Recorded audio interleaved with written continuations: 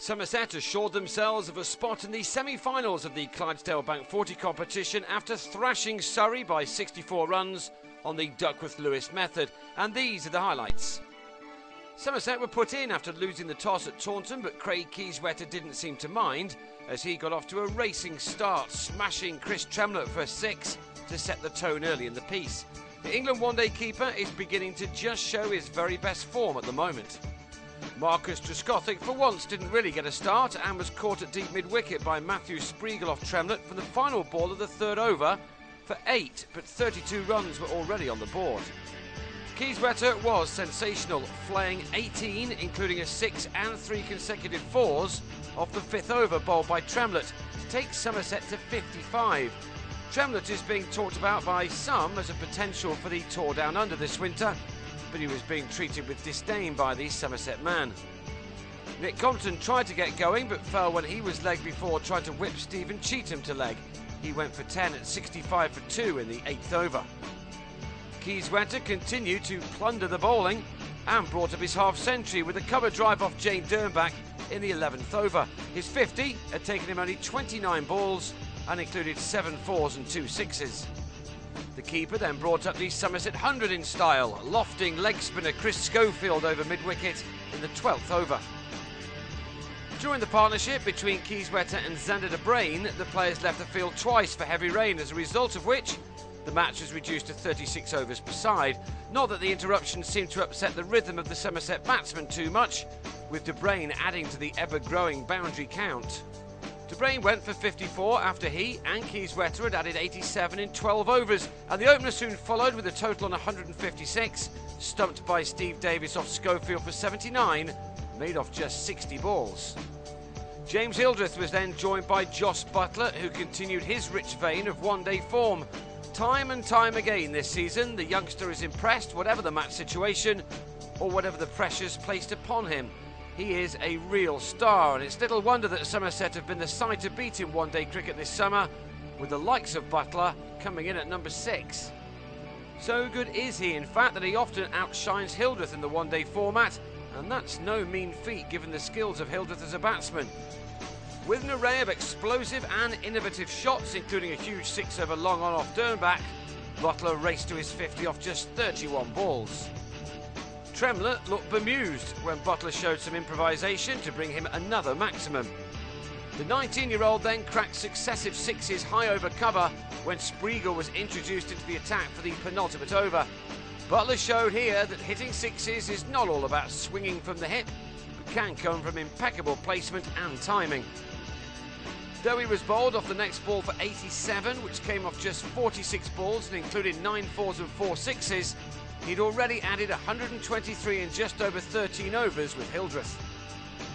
Somerset eventually reached 290 for 6. Hildreth bowled for 38 by Tremlett on the last ball of the innings, having played his part in helping to add 105 off the last 10 overs. Chasing a revised target of 292 for victory off 36 overs, Surrey lost their captain Rory Hamilton-Brown, caught by Peter Trigo off Alfonso Thomas's third ball of the innings, the ball after he'd been out off a free hit. With the score on 23, Thomas also had a hand in the second wicket when he ran Steve Davis out in the 5th over, following a pick-up and throw from Ben Phillips. With their biggest hitters already out, Surrey were in trouble. Mark Ramprakash came in to join Stuart Walters, and the pair took control of the situation and brought up the 50 in the 9th over. If Surrey were going to have any chance in chasing down their huge target, then these two would have to build a substantial partnership. Ramprakash was in fine form and hit the first 6 of the Surrey innings when he lofted Peter Trigo high over the mid-wicket boundary in the 13th over. Walters had moved on to 45 when he was bowled by Murali Kartik in the 16th with the score on 91. Kartik then accounted for the dangerous Jason Roy in the same over, stumped by Keyswetter off a beauty of a delivery. Somerset were right on top, and they kept pressing the foot down on their latest victims with some exceptional fielding such as this. New batsman Spreagle brought up the 100 with this shot in the 17th over, and after 20 overs Surrey had moved on to 125 for 4. The major threat was coming from Ramprakash, who, in spite of his advancing years, has lost none of his appetite for the game and his love of scoring runs. Indeed, he's the leading first-class run scorer again this summer and has not had a bad one-day campaign either in what has been a struggling team. He made his 50 here off 46 deliveries, an innings including only 2 fours and that 6.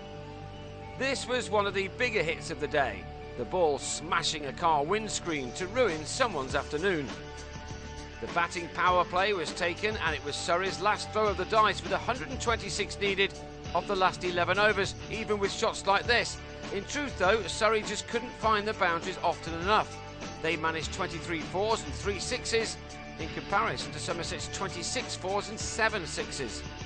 Ramprakash had moved on to 73 when he hoisted the first ball of the 26th over, bowled by Trigo, high to deep extra cover, where Buttler took the chance, and that opened up the floodgates. Trigo struck again in the same over when he accounted for Schofield, leg before wicket, for a duck.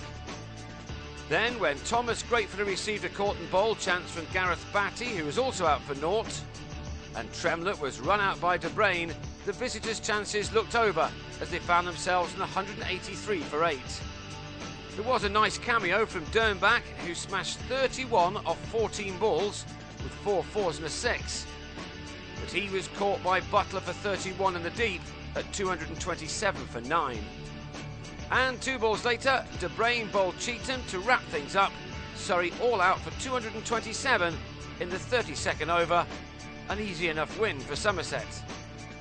It was another power performance from them, and they will take some beating whoever they face in the semi-finals of this competition on September the 11th.